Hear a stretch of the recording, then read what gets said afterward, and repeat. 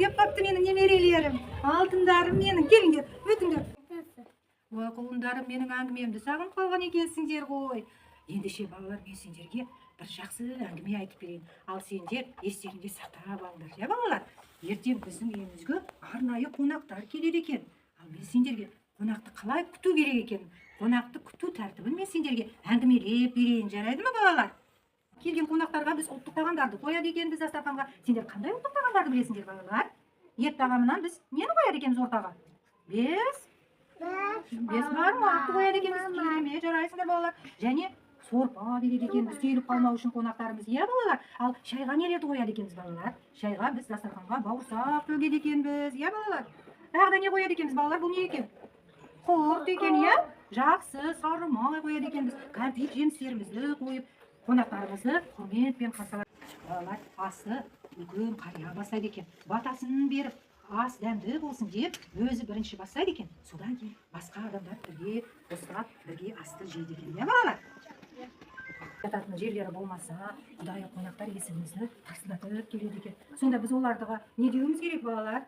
Келіңіздер жолаушылар, төрлетіңіздер, келіңіздер, сынып шай ішіп алыңыздар, ас ішіп алыңыздар.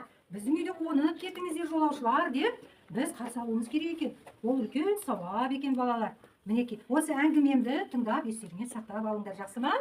Келген адамдарды құрметпен қарсы алып, үлкен ақсақалдарды, үлкен жасты адамдарды біз төрге отырғызады екенбіз, иә балалар?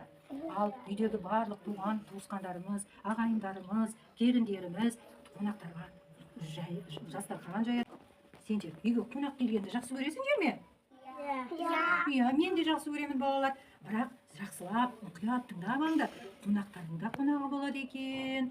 Қонақтар екіге бөлінеді екен балалар. Арнайы қонақтар келеді екен, және құдайы қонақтар болады екен балалар.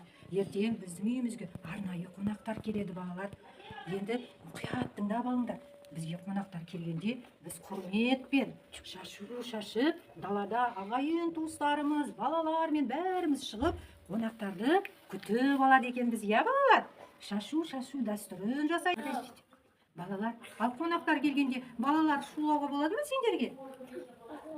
Тәртіпті бала боламыз, иә? Балалар үшін де бөлек бөлмеде дастархан жайылады екен. Балалар дастарханда тамақтарын ішіп жеп, далаға ойнап кетеді екен, иә балалар? Ал қазақтың қандай ұлттық ойындарын білесіңдер балалар? Асық ойындарын білесіңдер ме? Ат жарыс ойын білесіңдер ме? Тағы да қанталапай. Тағы да қандай ойын білесіңдер балалар? Тақия тастамақ ойын біледі екенсіңдер. Сау болыңдар алтындарым, сау болыңдар. Тағы да келіп тұрыңдар, жақсы ма?